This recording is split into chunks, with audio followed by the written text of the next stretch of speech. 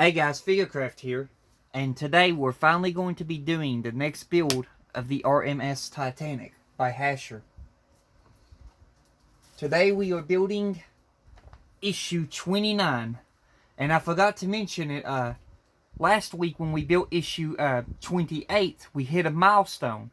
We now have built 20% of the build, so we're 20% of the build done after you get issue 28 build. So, for right now, though, we're going to be doing issue 29 today. So, let me get the parts. We are going to need boxes 27, 28, and 29 for this part.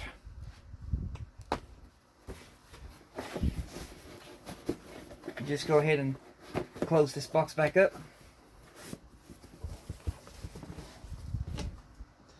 Okay. We're also going to need our screwdriver set, our 3-in-1 oil, our Loctite Ultra Gel Control, masking tape,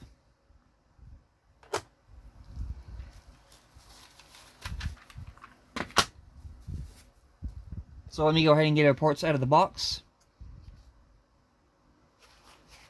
Let me see here. Get our previous parts out of the box first. Okay, so we'll need these that we built.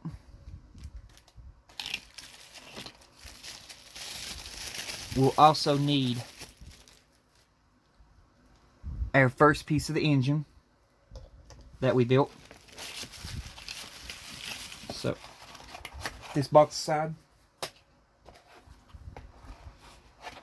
We'll need issue 28. We'll need these parts that we built.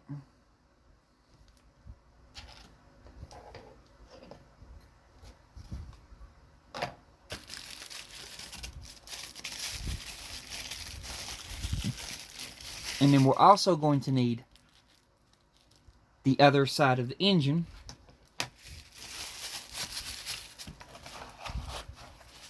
Put that box to the side. And then we're going to need box 29. And in box 29 we have the flywheel and parts, CM screws, more parts and distribution valves, the tops of the engine,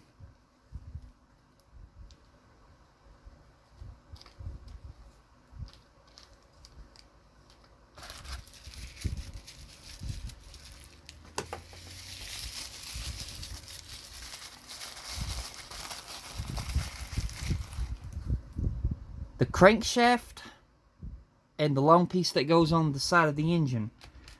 Now, when we build this engine, we're going to be going completely out of order on this. I'm going to be building it the best way that I think to build it, rather than following in the order by the book. So, hopefully I don't confuse a lot of you. But, if you're going to build alongside me, I'll show you everything I'm going to do. Okay, so we are now in crankshaft for the second engine. Step 1, it's telling me to take the crankshaft and attach the piston rods to the crankshaft. I'm skipping that step. I'm not doing that yet. Instead, I'm going to jump straight to step 2. Take the starboard columns 28G and fit the pistons 28F inside the cylinders assembled in issue 27. You may need tweezers to position the ends of the piston rods inside the tabs in the cylinders circled below. Also, make sure that you have the crankshaft the right way round. The longer end of the crankshaft is circled in blue. Okay, so first I'm going to need the part that we did in issue 27, which is, I'm pretty sure it was L. L7, L6, and L8, you'll need that first. Let me look here and make sure. I don't want to tell you wrong.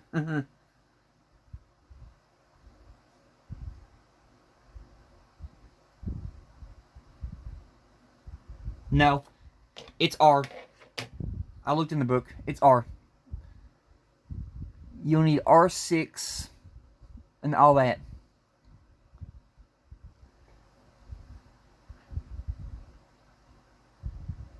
Okay. So I'm going to set this on my work surface. I'll get you here in a minute to where you can see what I'm doing. Let me tilt you down. I'm going to build mine exactly the same way that I built the first engine. So you're going to need the piston rods. So we'll get them.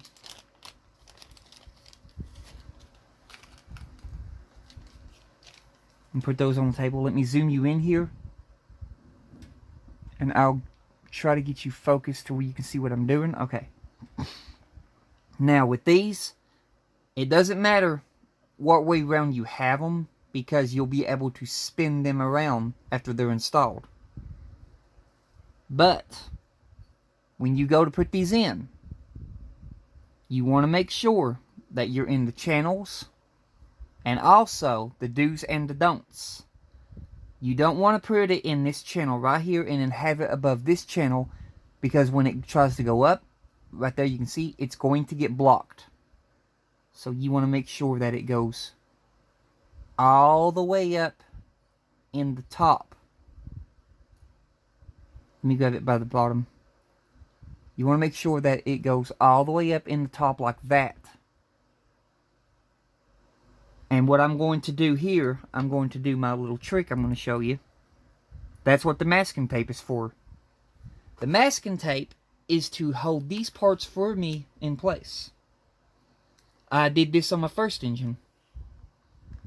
So, getting me some masking tape. Let me focus you.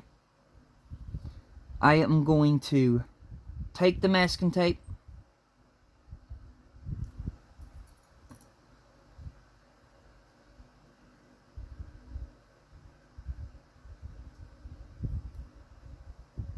make sure the masking tape sticks about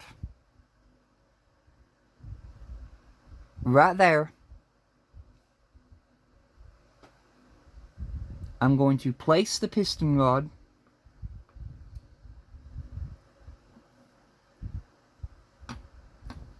just give me a few seconds here. These fought with me the last time too, so this ain't nothing new to me.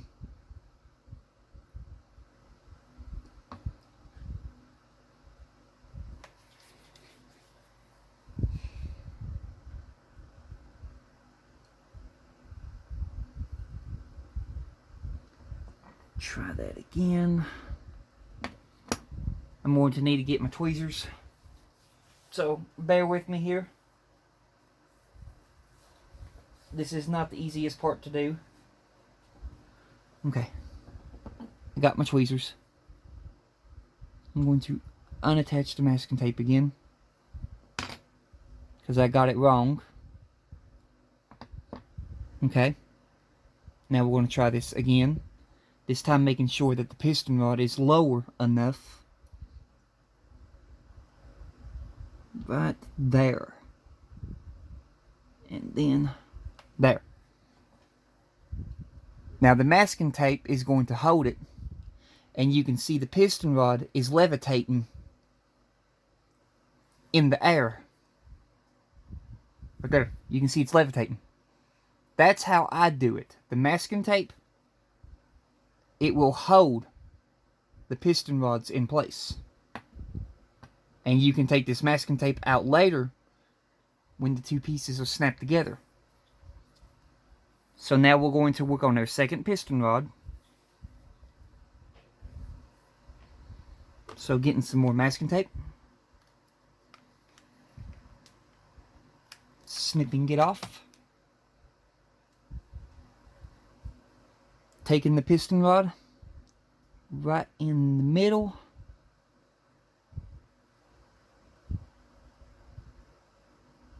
just like the last time, finding the channel,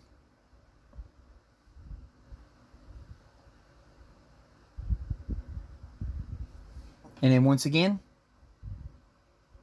letting the masking tape do its job.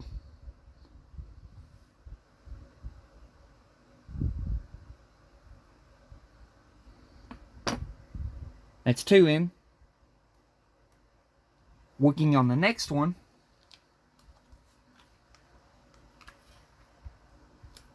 this is a slow process, but I would highly advise doing this because it makes it so much easier snapping these things together, and your piston rods will not go all over the place.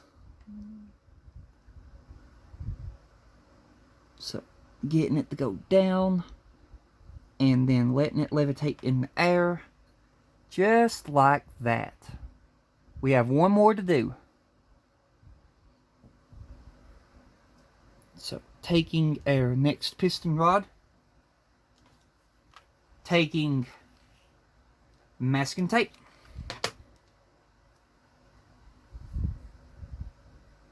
locating the middle, just like that, and then going over here. I'll also show you one more time too on this one when you put it in. You see the channel right there. Don't put it like this, because if it goes in between like that, it's going to block. Instead, make sure that it's over both those channels. And then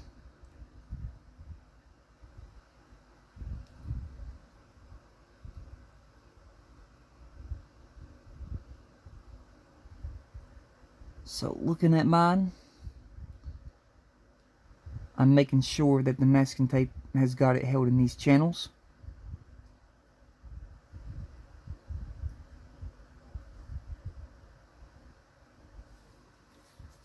Which it does. We're good. I'll focus you in here. You can see there, I'm held in all the channels, and the rods are levitating in the air. They are staying firm. You can see I'm shaking it. They are staying firm in place. They're not moving. So the masking tape is doing its job. We have that step done and ready to receive the next piece of the engine. So let me read the book. Take the port columns 27H with the cylinders in place and align it with the starboard columns 28H. Or 28G, my bad. Check that the ends of the piston rods remain in the correct position. You can move freely inside the cylinders right. Okay? So now we're going to take the other side of the engine, and we're going to snap these two together. So making sure that these are in the channels one more time, which they are. We are going to take our engine, and we are going to slowly start snapping these together.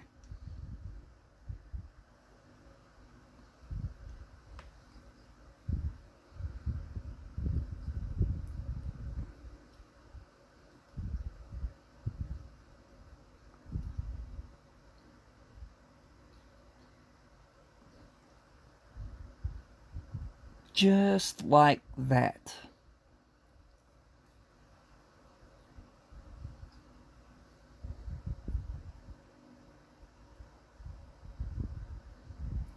I'm just looking these over. There are some areas where they're not going to want to, fully close together, but that's okay. That's what those things are for, to go on the top. But like I said, we're doing this out of order because we want to make sure these are in. So the next step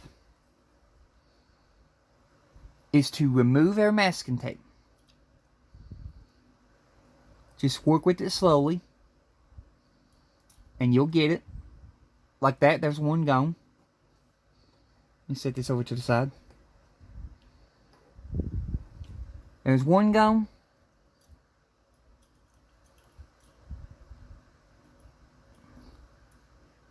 And what I'm doing now is I'm moving it up and down to see if it's moving freely. And you can see there, that one's good. So now we're going to check our next one.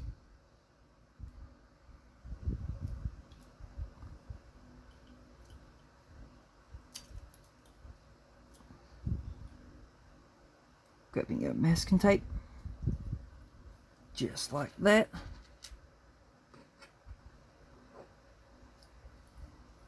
So the next one,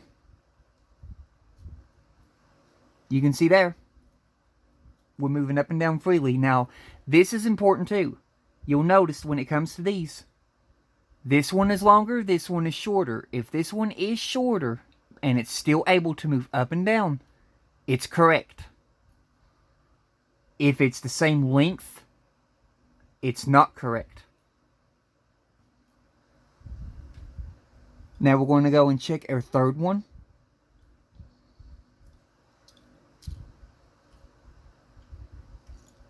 Grabbing the tape. Okay. And then I'll work on untangling this piston. There we go. Now we're checking your third piston. And we're moving. So, that one's good. Checking our last one, which is the one at the end. This one will be the same as the other end. It'll be shorter than all the rest.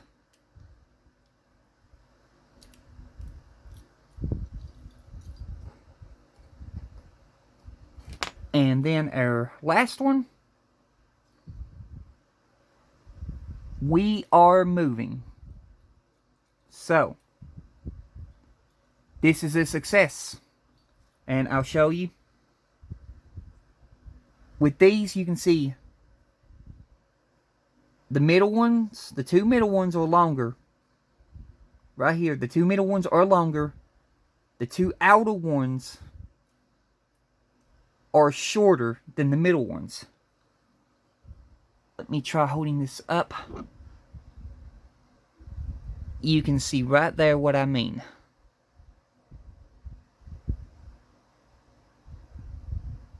The two middle ones are longer than the two outer ones. So if your engine is like that, you have it correct. Now I'm going to set this down here to the side. And then I'm going to go more out of order in the book.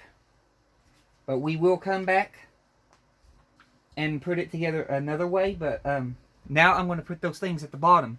Because we still got to test the... make sure the piston rods work. And this is the best way to do this. Okay. We're going to skip straight to step 7. Take the 4 stop plates. 29C, 29D, 29G, 29H.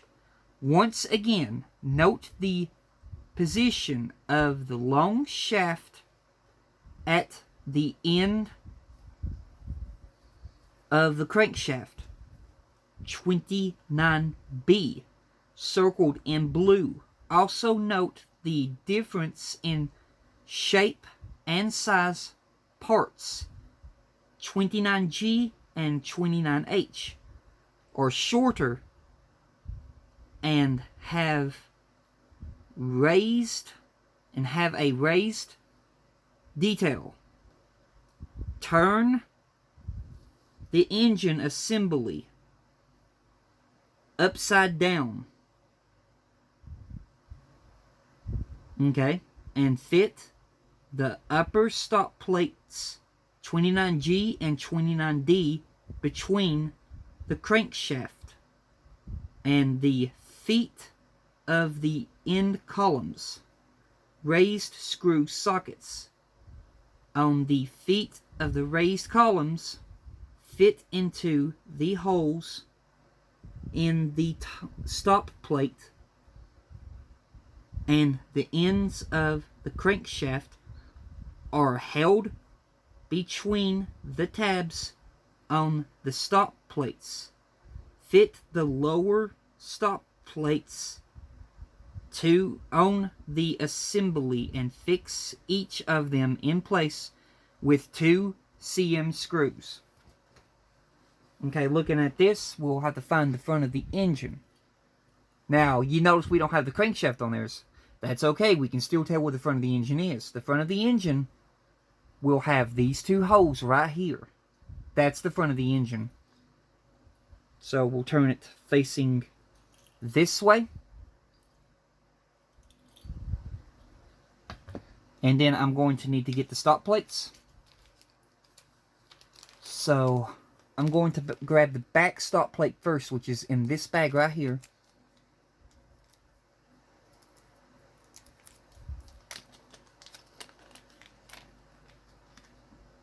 I put a flywheel back in there for right now.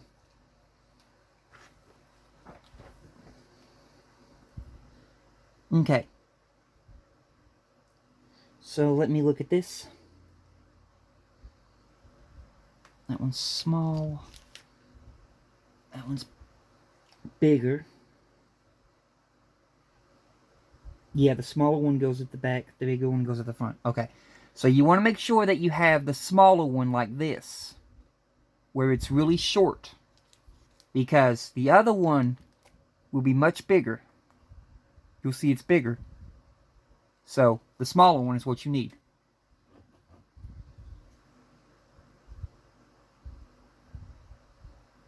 And your smaller one goes, looking on here,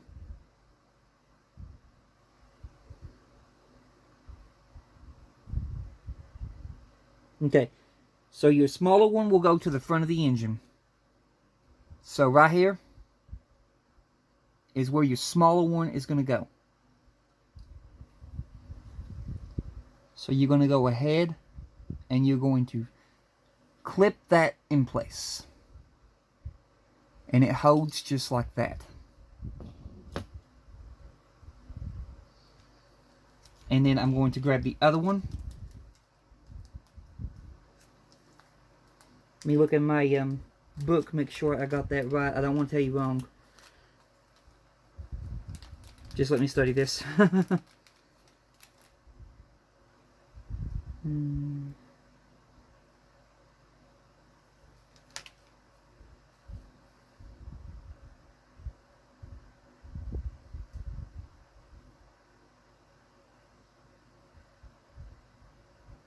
Yeah, it looks like it in the book. Okay. And then your bigger one goes towards the back. So, working on getting these toward the back. So, give me a few seconds here. Let me get this aligned. And press. Okay, there we go. So now we have that done. Smaller one toward the front, bigger one toward the back.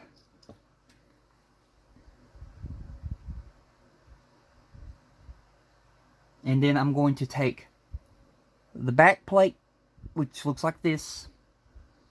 That's the only one I'm going to screw on for right now. But the back plate's going to go back here.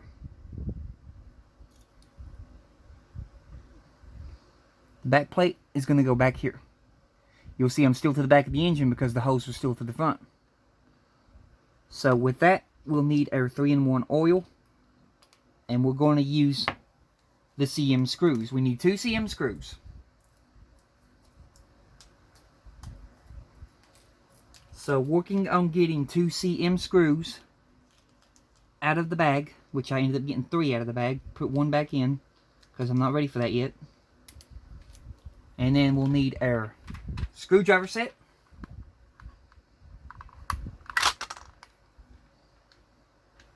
And just like last time, we're going to be going with a pH 1.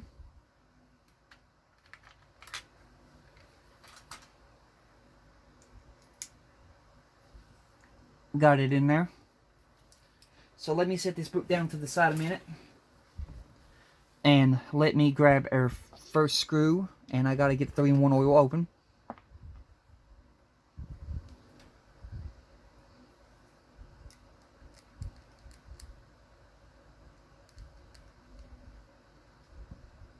There we go. There's our first screw. And we're going to be doing our little 3-in-1 trick.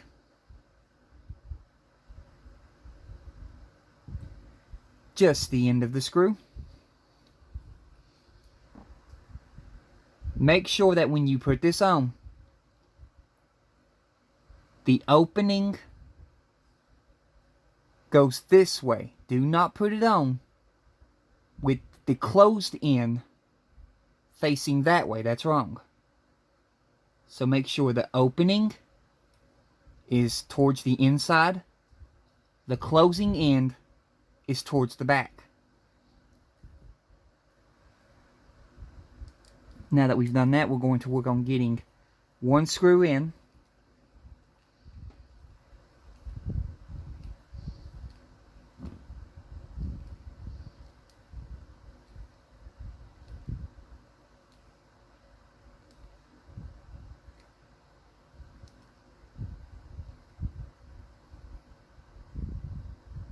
And that should be good.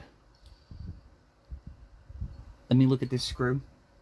Make sure I'm not stripping it.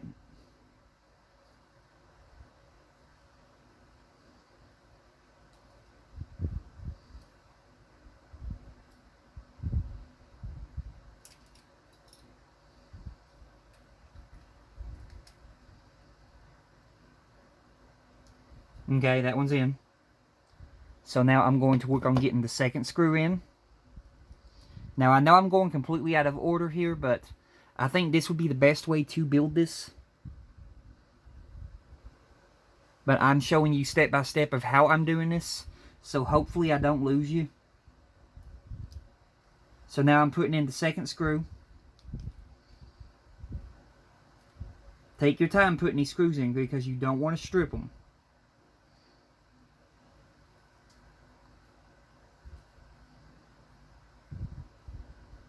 With the paint in the engine, it takes quite a good amount to get them in. Okay, now the two screws are in, the back plate's on. Now we're going to take the crankshaft, and with the crankshaft we're going to insert, sorry about that, the crankshaft we're going to take the back. The back is this end. The front is this end with the long peg. So make sure to insert the crankshaft in like that. And then I'm going to let it rest in that channel. And it is going to have a tendency to fall out right now.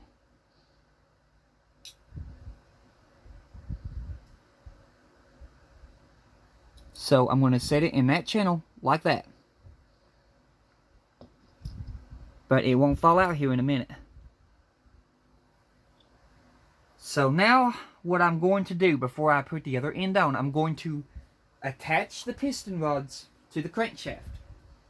So we're going to go back to step 1. Okay. Back to step 1. You can see we're jumping back and forth in here. But I think this is the best way to build this. Step 1. Take the connecting rods assembled from issue 28 and the crankshaft 29B. Position them on your work surface as shown. Note the position of the long shaft at the end of part 29B, circled in blue. Fit the free ends of the connecting rods 28E on to the 4 joints on part 29B, circled in red. Okay, so we'll do that right now though. We'll locate the front of the engine. That's the front. Make sure that all of these rods, these crankshaft rods, let me grab this. make sure that all the crankshaft rods, the hooks are facing up. If they're facing down, just spin them around until they're facing this way. So, looking at my second one, that one's facing up. Grabbing my tweezers.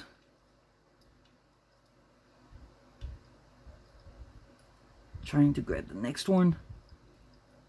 Okay, that one's facing the wrong way, you can see on me, so I'm going to spin it around.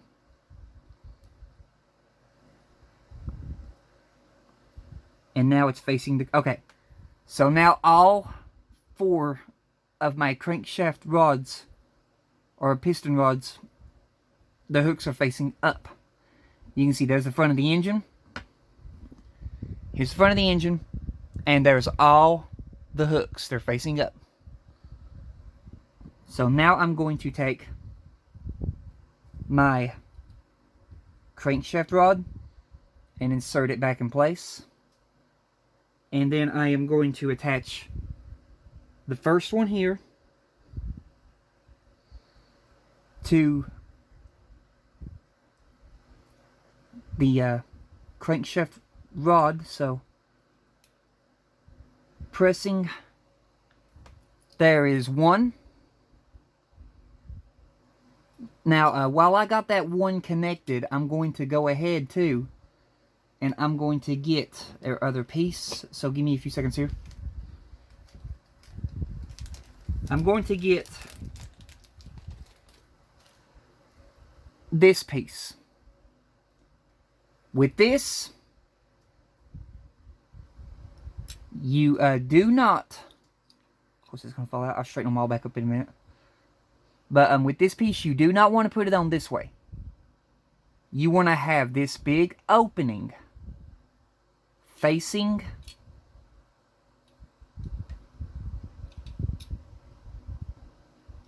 the outside, like that. That's the correct orientation that you want that to be. In the issue 3, they told you to put that piece on completely different, and they told you to put it on wrong. But in these instructions, they have told you to put it on the correct way. So, going to go ahead and get 2 more screws out of here. I apologize.